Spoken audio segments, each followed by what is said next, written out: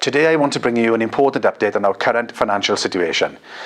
As we brace for the economic impact of Tata Steel and supply chain job losses, Mhort Talbot Council faces a significant budget gap next year.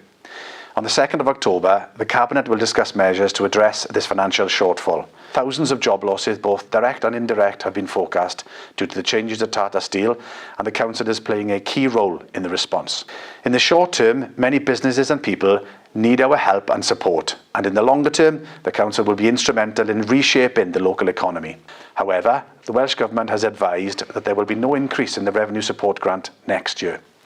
In addition, we are facing increased demand for social services, housing and education support, as well as rising costs, adding to the pressures we face. In July this year, a financial report forecasted a £23 million budget gap, prompting us to appeal for fair funding from the Welsh and UK governments. However, the new UK government has indicated that short-term pain is necessary for long-term improvements.